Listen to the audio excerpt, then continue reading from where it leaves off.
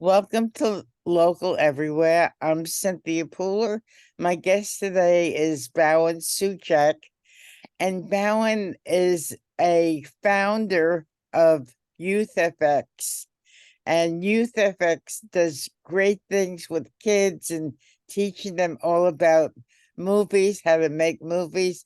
So, Bhawin, why don't you take over, talk about why you created Youth FX and what a benefit it is to the community in Albany. Yeah, well, thank you, Cynthia, for having me on. Yeah, so YouthFX was founded in 2008, and really, the kind of initiative that we wanted to start was to provide an opportunity for young people, specifically in communities that hadn't had access to filmmaking and digital media. This is kind of predating when YouTube was a really big thing. Phones didn't have high definition video cameras on them, so Right. you needed access to equipment. And I think the bigger thing, honestly, that ended up emerging is that YouthFX is really a space for community building with young people, a space where they can kind of experiment, they can try new things, they can be creative, they can find their voice, they can express stories and ideas that are important to them through the power of filmmaking. And so, when we started in 2008, we were a very small, 12-person summer program for 4 weeks. And I was teaching at the time at the Albany Free School, and I was actually working with some middle schoolers, teaching them filmmaking. And I had the opportunity through some small funding through Upstate Independence, which was a small network of filmmakers, Mm. and Karen Christina Jones and Marco Leverett, who were both part of Upstate Independence, and Karen was actually also part of Grand Street Community Arts at the time, and so they were our initial fiscal sponsor. So one of the things that I think was really important at that time is that we wanted to also center the voices of people of color, and I think that, as you probably know, over the last 10 to 15 years, there's been a real surge in films and filmmakers and production companies and opportunities for people of color to have the chance to be, in the forefront of the film industry. And I think access to equipment has helped with that. So YouthFX really was kind of one of the early, programs that was working with this age demographic. And what's been really exciting is that I think, we've actually helped to also put Albany on the map as a really amazing city that has incredible talent and artists and people who are really trying to make films that are really important. We've had a lot of young people go through our program and end up becoming professional filmmakers or working as, some role in the film industry. But ultimately, I always bring it back to the community building. And what I have found most really fulfilling is to watch young people who have gone through Youth FX not only find a community that they can connect with and be in sort of long term, but also for them to find a way to bring their ideas to the forefront through the stories that they're telling. So, commenting on things that are happening around them, envisioning the future of what the city could look like, envisioning the future of what their community could look like. So again, I always bring it back to the community building aspect, because ultimately I believe that if you're going to work with young people, you have to provide space for them to feel like they can freely express themselves and be authentic, and actually, allow them to express the voice that they really have. That I think in so many young spaces that young people are in, it's very suppressed. They don't have the opportunity to do that. And honestly, because of the art form of film being so collaborative, it's just been incredible to watch it, kind of evolve and see that really make an impact. How did you get involved in filmmaking? Yeah, so I actually was self-taught filmmaker. I studied journalism and education and at U Albany, and I I always thought I'd be a journalist. And so when I came out of college, I started looking for jobs and got a couple of freelance jobs with some local papers, but nothing that could sustain me. And so I ended up actually becoming a teacher at the Albany Free School, and then, my summers, I would just be working at different summer programs. The one that I worked at the longest was the State Museum summer program. And then again, one year, this opportunity came out, came about for me to work on a documentary about the free school. And that's when I learned filmmaking through community television stations, specifically in Schenectady, that had training programs. and I worked with a friend of mine who was a documentary filmmaker. So for me, it was learning on the fly, kind of learning as I was doing, which I think has been a principle that I've really applied. Excuse me, that I've applied to the program. Where I think so many people, especially youth, are really not given the opportunity to take chances and experiment and take risks and see what happens and learn from their mistakes. And that's what I was doing. I never studied film, and so my kind of crash course into filmmaking was to make a documentary, and I did that with my good friend, and he was a co-director, Jeff Root, at the time, and him and I made a documentary called Free to Learn about the free school. And so that process taught me so much, and so through it I learned how to film, edit, conceptualize a documentary. It was a feature length film. So I was self-taught, and that's why I kind of bring that that energy to the program, because I want to kind of demystify this process of filmmaking and really say anybody can be a filmmaker. You just have to really work at it and study the craft, and you have to make films. There's no way around it. The only way you're going to learn is by doing. What I think is pretty exciting, and I'm using YouTube as my vehicle. Um, I think COVID was like a big part of it, where people don't go to movie theaters anymore. Yeah. They stream their movies online. So if somebody knows how to use all the technology available, like a cell phone or other filming equipment, you don't have to be a millionaire to No. come up with a blockbuster movie, and you could stream it online. And I think that is absolutely phenomenal. Anybody can do it if they really want to. Yeah. No, absolutely. And I think that's the thing, that the timing was so cool with how we started Youth FX in 2008. And you can never, you didn't predict anything, but you start seeing this kind of rise in self-produced stuff. YouTube is becoming really big and prominent, streaming video, having a phone to shoot video. So I always tell my students too, I was like, you can learn anything online. And I think what going to a film school or art school or college in general gives you is access to people and a network and a community. But one thing I always remind our students is that's what we're trying to build at Youth FX. If college is something that doesn't make sense for you, whether it's access to the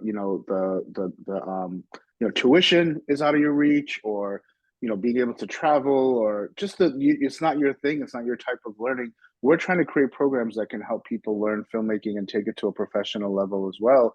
We have a really incredible fellowship called Arts to Work, which is partnered with a national organization called the Alliance, and it's a workforce development program. It's a 1 year fellowship. You get paid, you get a MacBook Pro, you learn all the different aspects of filmmaking, marketing, how to like present yourself as a filmmaker, how to build your own website. So we want to be that kind of a hub for people. And then after you graduate, you have access to gear and mentorship and continuing education through Youth FX. And so what we're trying to create is essentially this pipeline. I mean, our programs range from ages 10 to 25, and we have, really amazing elementary school program with Giffen Elementary. Those are our 10-year-olds. We have middle school programs, and then we go high school, and then we develop these programs that are for early professional people who want to get into the field. So we have Next Duck, which is a national fellowship, and we have Arts to Work, which is our capital region fellowship. And then we also have a production company. So there's all these components, because what we're trying to do is really meet the needs of different people at different stages of their lives and entry point, and really provide resources. Because I've always said, it's there's a lot of programs and training and certificates, but what about the broader support are we offering people that are in these programs? So we really want to help support the young people that come through our programs with things that are happening at home, with providing access to mental health professionals, housing support. So how can a program not just focus on delivering the content to their participants, but really think about them as fully full human beings that need a lot of different things. And it doesn't mean that we provide them all, but that we want to be an access point and not be ignorant of the fact that even if someone's in a program, they still might have external factors in their lives that are preventing them from thriving. So we try to build a network in this area too. So we're connected with social workers and therapists, and access to places that can give you counseling about how to deal with a bad landlord, or access different services, legal services. So, I think that's the thing about Youth FX is as it grows, we're in our 16th year, which is really incredible. When I say that, I'm like, just kind of like blows my own mind. But, and so how do we evolve? How do we grow as an organization? We started with no full-time employees, only program staff that was paid, through grants in the summertime. And now we have 8 full-time employees, 2 part-time employees, and we work with a host of teaching artists and other multidisciplinary artists across the country, and it's really amazing to watch it grow. But I think part of it is like we're just committed to the community building aspect, because without the community of young people who are in our programs, we don't exist. And so I think it's important for us to really be meeting their needs very directly. So what you're doing right here in Albany is done in other parts of the country as well? Well, there are other youth media programs. I mean, we're part of some broader networks that are like kind of coalitions of media organizations. I think what we're doing, I have to say, in all our travels and interactions, well, it's very unique. And I think that, not to say that no one's doing a lot of different of the same components or some of the similar components, but I think that, you know, because we've been around for so long, and now people are really discovering the power of media in a different way, we sort of have like, we're kind of like a model that we can help share and replicate out. So what we're going to be doing is, working on ways to kind of help people learn about our program so that they can actually potentially do something in their own community. It's interesting to put on once in a while Turner Classic Movies and see, movies of days gone by of these big productions where there's hundreds of people and Yeah. big scenes, and that doesn't happen too much anymore, does it? What are you talking about exactly? That doesn't happen? Like when you The big watch a movie, productions? you're a big production where there's like hundreds of extras and stuff. That doesn't Yeah, I happen mean, that. I think it still does on some levels, but I think for the most part, people are really, the pathway to making a really big budget movie, it's really hard to access that. So, but the way to make an independent film is being resourceful and building a community of people that want to work together. So that's kind of the area that we lean into. I mean, we're not trying to replicate or you know, funnel people into the Hollywood system, which is kind of a dying system. So you're right in the sense that that form of making films is now very exclusive. And honestly, a lot of it takes place in like sound stages with green screens, and it's like it's just not the type of filmmaking that we're trying to preference or center. And so I think what we're trying to do is like say, how do you build an ecosystem where there's people who are very interconnected and they do lots of different things and they can make films together because it's fun, it's exciting. And then hey, maybe they can make a profit, like you said, distributing through YouTube, or really thinking about how to build audiences in a more grassroots way. So that's really what we're trying to do. And of course, if someone makes it into the kind of Hollywood system or the larger indie film system, we're going to celebrate that. There's no doubt about it.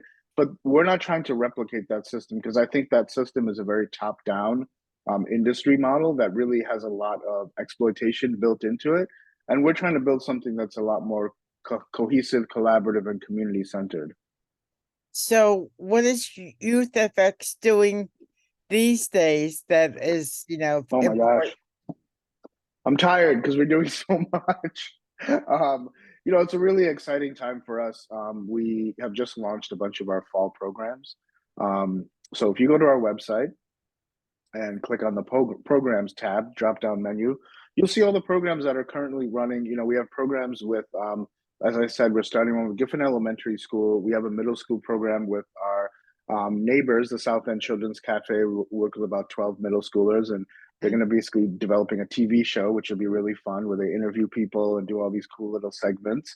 And then we work with high school students in our, we have an acting program called the Empowered Actor. We have a program called Colors and Concepts, which is a music video production program. And then I'm facilitating something called Script Lab. And Script Lab is taking alums from our programs who are older, they're between the ages of 22 and 25, who have written a script, a short film script, and we work with them for 8 weeks to develop it into a really well refined script that has, gets feedback from industry professionals. We're going to be having filmmakers, you know, virtually do some master classes. And then those films, we're going to pick one and it's going to be produced in the spring of next year. And we're going to give it a co-production budget of $25,000 so we can actually bring our resources and put some money into it and really try to kind of model what it would be like to create a local film, production on that scale. And then we have our fellowship going on next doc, which is our national fellowship.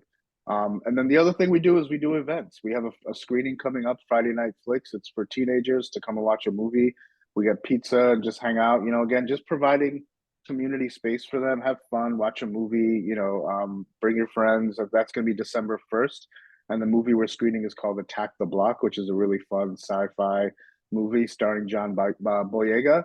And so, the other things we do are we have a lot of, just kind of open lab, we call it. And it's just the opportunity for students to come in, work on projects they've been working on, to meet with one of our staff, get some mentorship. I'm working with a young man who's a high school student who's doing a really powerful documentary about gun violence.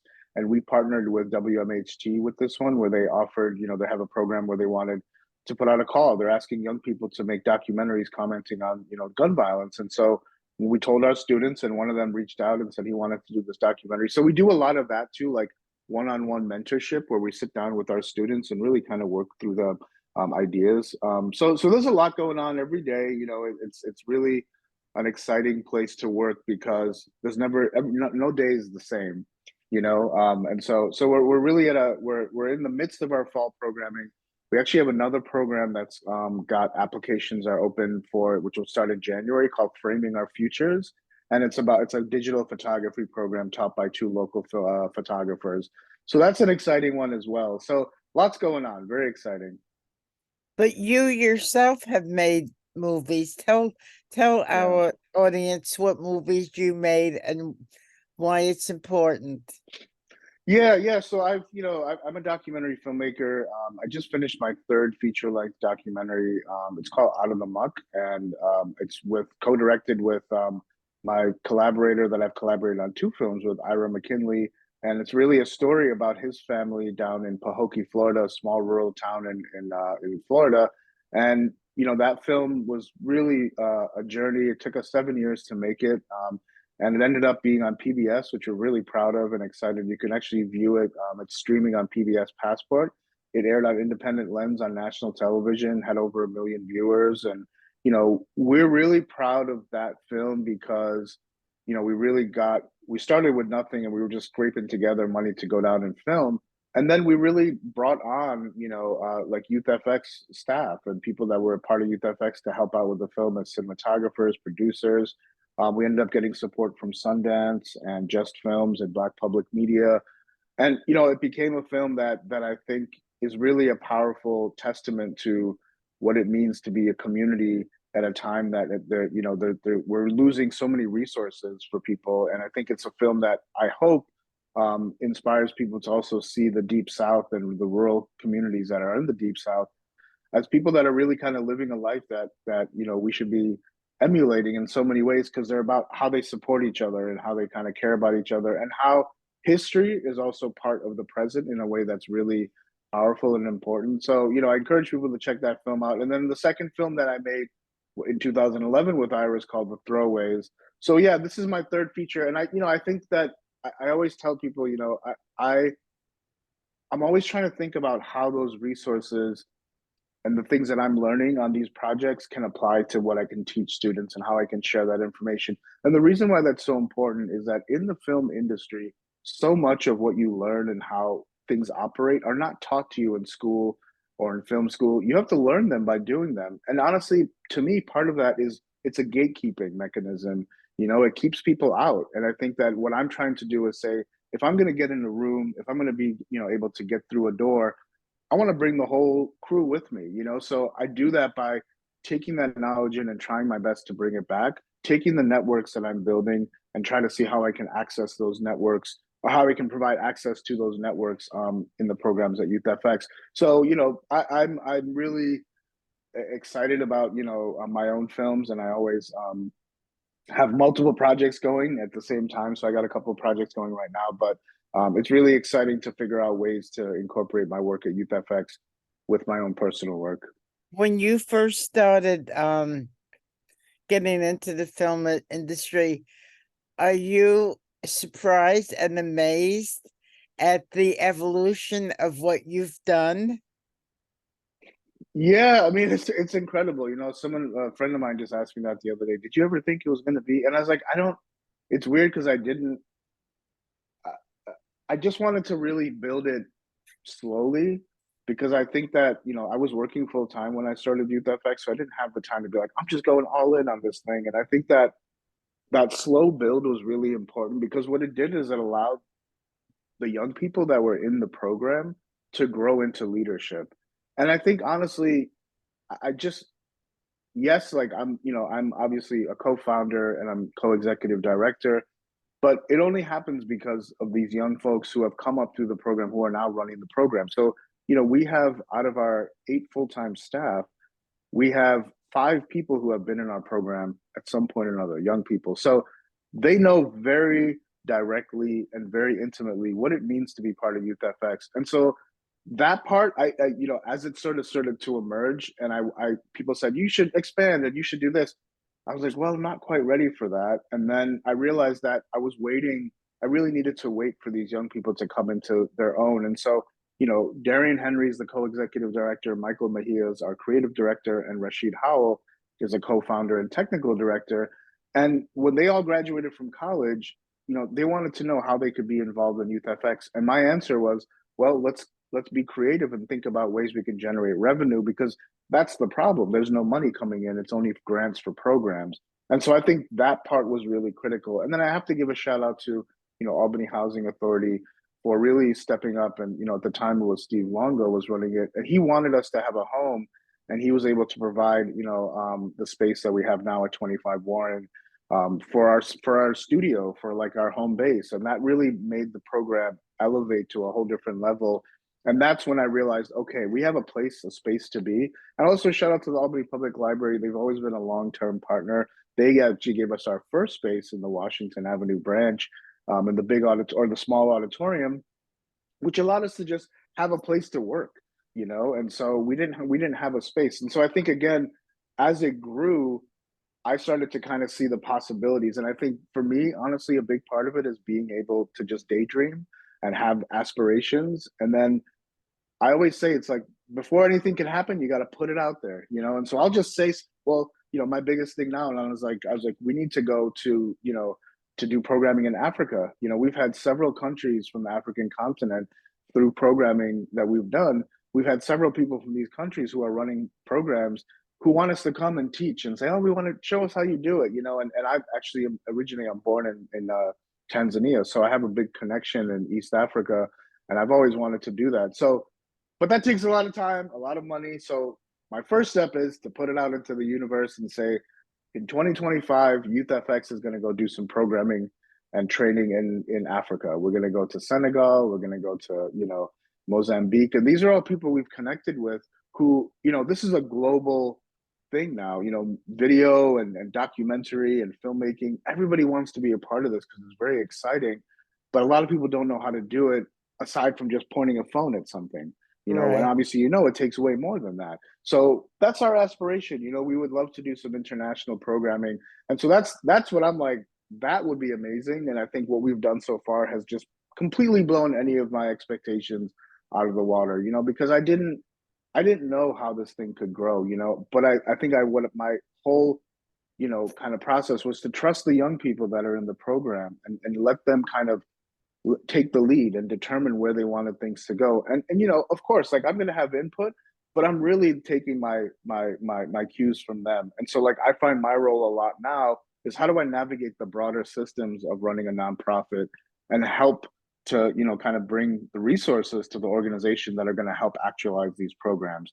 Because I'm only running one program, but we have 7 programs going on at any given time. So it's not just me kind of directing all these things.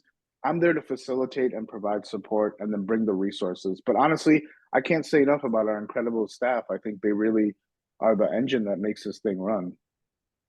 You know, Ballin, this is terrific. I like your energy.